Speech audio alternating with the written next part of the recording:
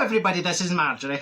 Look at me today. I look like an Oriental smurf, don't I? Oh, in blue. It's lovely. Shein, link down below, by the way. Now, I was going to tell you about my theatre outing with my cousin Dorothy. Now, you know Dorothy, you know, face like a kipper. Well, she was feeling quite down. She was a bit low because, well, she, like most days, she's put on the lockdown weight, right? She's put on a bit of weight. So she was feeling down.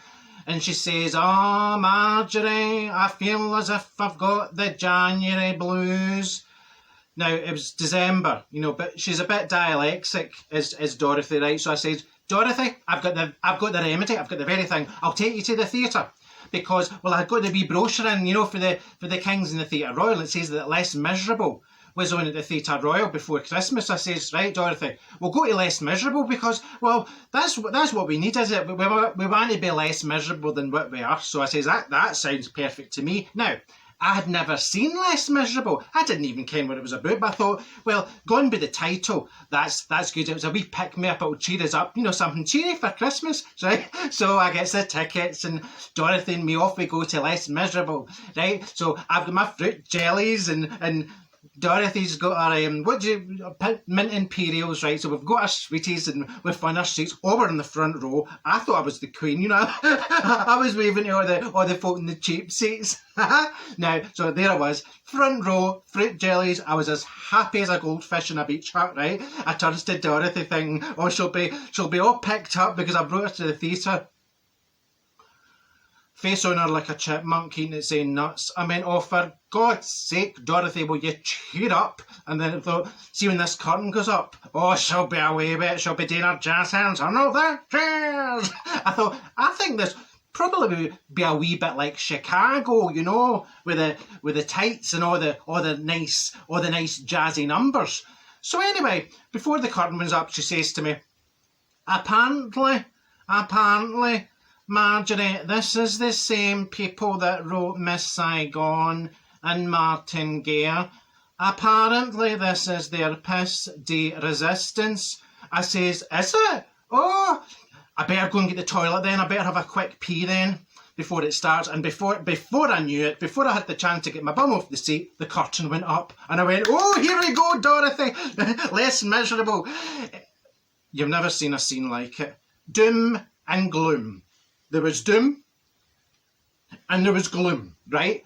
So they're all in a wee boat and they're all chained together, right? She nudges me, she went, that's the chain gang. I says, the chain gang? I thought it was the all-male version of Tenko. I says, I've got a bad feeling about this, Dorothy. I don't know where this show's going to go. Anyway, long story short, and it is a long story because, I mean, Less Miserable goes on for about 6 days, right? It's all about this man, right? This man who stole a loaf of bread, right? He stole a plain loaf for the bakers and thought, hey, how do you make a musical out of that? Anyway, so he stole his loaf of bread. There's a policeman chasing him. That's basically it. It's a bit like Killing Eve. It's like a cat and mouse game.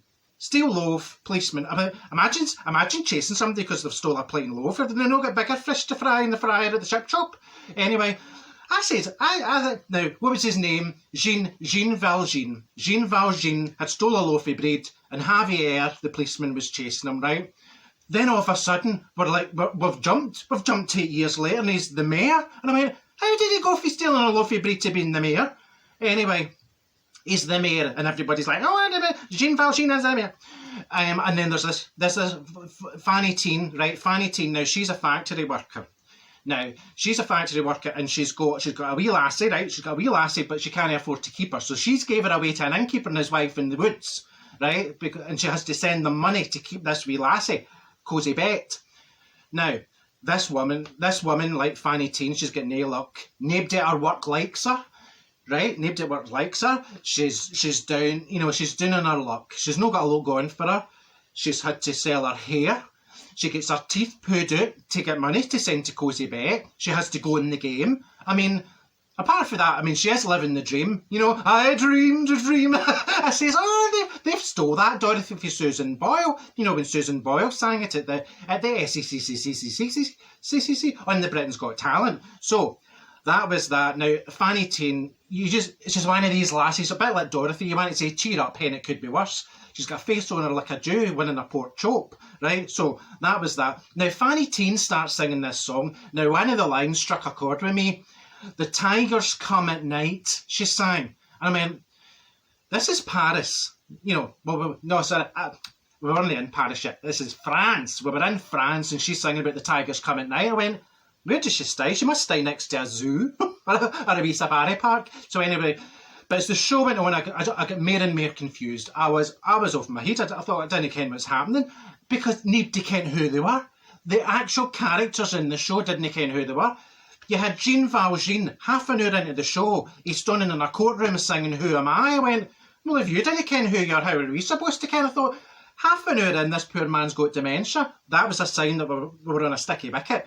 Then wee Cosy Bet, right, she's sweeping the flare with a wee brush and she's singing about a castle on a cloud. I went, a castle on a cloud? Oh my God, she thinks she's Jack and the Beanstalk. I mean, I half expected the innkeeper and his wife to be the Crankies. And then you've got Javier, the policeman. Senga, get that phone, hen! Right, Senga's doing this stairs, she'll get the phone. Well, Javier's the policeman, right? He all of a sudden starts looking up at the sky and starts singing about stars. And I went, what's happening? You know, Javier becomes an astrologer. He thinks he's Russell Grant. And then Act 1 finishes, one day more. I turned to Dorothy and I said, one day more? I tell you, this was a long show. This is only the first day. We've got another day. So then interval. I says, right, we'll have an ice cream. And she says, oh, I hope the second half's cheerier than the first half. I says, I didn't want to burst her bubble, but it wasn't looking good, you know. So then all of a sudden, right, she puts her horn into one of my fruit jellies. Well, she's half swallowing the fruit jelly, does she no choke? So I'm on my feet, right, jump to my feet, and I'm going, because, well, I had learned the Heineken remover, you know, when the St John's ambulance came to the rural one night, so I'd learned that. So I'm giving her the Heineken remover and spit out the fruit jelly. Says that's a pure waste of fruit jelly. Stick to your mint imperials. Greedy guts. Anyway, then Act 2 begins. Now, I'll summarise this because it went on and on and on. Well, the students, right, they're having a revolution. So they build a barricade and they've got chairs and tables and barras and carts and beds and there's all this and all bits of old wood. And I says, I turned to Dorothy, I says, this is a wee bit like, you know, Money for Nothing in the BBC. But I thought, what they're building, what they're going to make out of all this stuff? They never made nothing, they just left it as a barricade. I mean, at least in Money for Nothing, somebody will bring along 3 rubber ducks and they'll make a greenhouse out of that, but no, just this big barricade. And then you've got wee Marius. Now, he was like the main, you know, the wee main man, you know, Michael Ball, and he's singing Empty Chairs at No Tables. I thought, no one of them got no tables, they're on the barricade and they're not doing anything with them. So that was that. Then basically everybody dies and the curtain comes down and that was that. I thought, that was dead cheery. You know, one of these shows you come out more miserable than you were when you were in. I think this is false advertising, less miserable. You know, I don't think that's right. So anyway, that was that. And it says, all this because I loaf of bread. Now, if Javier and Jean Valjean had got together and opened a baker's shop, all of this could be avoided. I don't know if it could have avoided the revolution. I think the revolution would probably have happened anyway, but I mean, they could have saved themselves a lot of trouble, you know, if he hadn't stole that loaf of bread. And I says to Dorothy, right, when we were coming out, I says, Dorothy, I think it's too miserable. You know, I think they could make it less miserable.